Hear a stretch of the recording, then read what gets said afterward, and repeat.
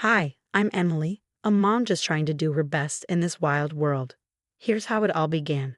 I remember the day it started, the first time I noticed something off about Mrs. Harrow. It was a regular morning. Lily was playing with her dolls in the living room, her laughter filling the house. That's when Mrs. Harrow walked in, her eyes narrowing as she watched Lily. "Be careful with those dolls, Lily. They're not cheap, you know." Lily, bless her heart, just nodded, a bit taken aback. I tried to brush it off as one of those days from Mrs. Harrow. But it was only the beginning. As days turned into weeks, her comments grew sharper, her patience thinner. One evening, Lily accidentally spilled some juice on the rug. It was an honest mistake, but Mrs. Harrow's reaction was harsh. "What have you done, you clumsy child? Do you have any idea how hard it is to clean these stains?"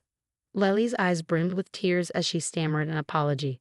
I intervened, trying to defuse the situation. "Mom, it's just a rug. We can clean it." Lily didn't mean to. But Mrs. Harrow just stormed off, muttering under her breath. That night, as I tucked Lily into bed, her small voice broke the silence. "Mommy, does Grandma hate me?" It broke my heart. "Of course not, sweetie. She's just having a tough time." But even I wasn't convinced. Something was wrong, deeply wrong. I wanted to talk to David, my husband, about his mother's behavior, but he was always so swamped with work. I didn't want to add to his stress. Then came the incident that pushed everything over the edge. Lily was playing hide and seek and accidentally bumped into Mrs. Harrow's room, knocking over a vase. The crash was like a trigger. "You reckless little brat. Look what you've done." Mrs. Harrow's voice was like ice, and the slap that followed echoed through the house. I rushed in, my heart pounding. "Stop it. How dare you lay a hand on her?" Mrs. Harrow stood there, her hand still raised, her eyes blazing with something I couldn't comprehend. Lily was sobbing, her cheek red from the impact. "You always coddle her, Emily. She needs to learn." I scooped Lily up, my own tears mixing with hers. "This isn't teaching. This is cruelty. You need help, Mom." I spent the night in Lily's room, holding her close. I knew then that things couldn't go on like this. Something had to change, and it was up to me to make that change, for Lily, for us. As I walked into the house that day, the scene I stumbled upon froze me in my tracks. Lily was on the floor, tears streaming down her face, and Mrs. Harrow stood over her hands still in the air. "What the hell is going on here?" Mrs. Harrow turned to me, her expression unyielding. "She needs to learn discipline. She found my savings and was playing with it." "Lily is just a child. You can't just hit her." I scooped Lily up, holding her close as she sobbed into my shoulder, her little body shaking. "I didn't mean it, Mommy. I just found it and—" "It's okay, baby. It's not your fault." But Mrs. Harrow wasn't done. "You're too soft on her, Emily. She'll grow up spoiled. Being disciplined doesn't mean getting hit. I won't let you near her if this is how you're going to behave." I could feel the anger boiling inside me. This wasn't just a simple outburst. This was something much more dangerous. Later that evening, David came home. I could hear the exhaustion in his footsteps as he entered the house. I knew I had to tell him what happened, but part of me dreaded his reaction. "David, we need to talk. It's about your mother." He looked at me, concern etching his face. "What happened?" I explained everything, watching as his expression shifted from confusion to shock, and then to a troubled frown. "I can't believe this, my mom hitting Lily." "David, I saw it with my own eyes. Lily is scared, and I am too. We need to do something." He ran a hand through his hair, the weight of the situation pressing down on him. I need to talk to her. This isn't like her." "David, talking might not be enough. We need to keep Lily safe." He nodded slowly, the internal struggle evident on his face. "I know. Let me handle this. I'll talk to her." That night, as I put Lily to bed, her small voice broke the silence once again. "Mommy, does Grandma not love me anymore?" "Sweetie, Grandma is just going through a tough time. But I'm here, and I'll always protect you," I whispered to Lily, holding her close. This was a turning point, a moment that demanded action. Mrs. Harrow had crossed a line, and I couldn't let it slide, not when it came to Lily's safety. The house felt different that night, as if the walls themselves were echoing the tension and fear. I lay awake, thinking about what needed to be done, for Lily, for our family. The next steps wouldn't be easy, but they were necessary, and I was ready to do whatever it took.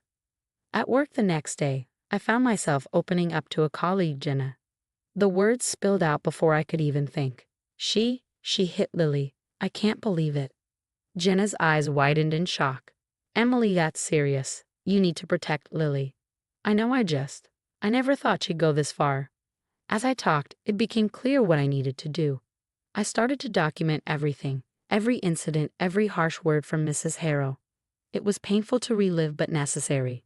That evening, I sat down with David, his face etched with worry. I've been thinking, maybe it's best if Lily stays away from your mom for a while. He sighed, rubbing his temples. I know you're right, it's just hard to accept. I understand, but Lily's safety comes first. David nodded, a look of determination settling on his face. I'll talk to Mom again, make it clear. The days that followed were a blur of tension and whispered phone calls. I heard Mrs. Harrow's voice in my head, her words twisting in my memory. Asterisk, she's just a child, Mom. You can't treat her like this. Asterisk, my friends became my lifeline, offering advice and a listening ear. But the real breakthrough came unexpectedly. I was at a small gathering when a neighbor, Mrs. Thompson, pulled me aside. Emily, I've seen how Mrs. Harrow is with Lily. It's not right. Her words were like a confirmation of my worst fears. You've seen it too? She nodded. I've seen her yank Lily's arm, scold her for no reason. It's been bothering me. The validation from Mrs. Thompson fueled my resolve. Lily needed a safe space, free from Mrs. Harrow's unpredictable moods. One afternoon, as Lily played quietly in her room, I overheard her talking to her dolls. We have to be quiet or the witch will get angry. It was a gut punch. Lily was internalizing the fear, turning it into a child's game. It was a wake-up call. Hey, sweetie, you know Grandma's not really a witch, right? She looked up at me, her eyes serious. But she's mean like a witch. I hugged her tight, fighting back tears. You won't have to see her for a while, okay? We'll keep you safe. As the days passed, David's conversations with his mother grew more heated. I can't just stand by him, Mom. What you did was wrong. I could hear the strain in his voice, the conflict tearing him apart. But he stood by us, by Lily. The decision to keep Lily away from Mrs. Harrow was hard but necessary. We needed to build a sanctuary, a place where fear and tension had no hold. A place where Lily could be just a child, free from the shadow of a harsh word or a raised hand. As I put Lily to bed that night, her small voice filled the room. Mommy, will the witch come back? No, sweetie. No more witches here. Just us, okay. She nodded, snuggling into her blankets. Just us. I watched her drift off to sleep, a peaceful expression on her face. It was a small victory, but a significant one. We were building our safe haven, one day at a time. The day we decided to seek professional help from Mrs. Harrow was filled with a mix of anxiety and hope. David and I sat in the waiting room of the psychiatric facility, the silence between us heavy with unspoken thoughts. Do you think we're doing the right thing?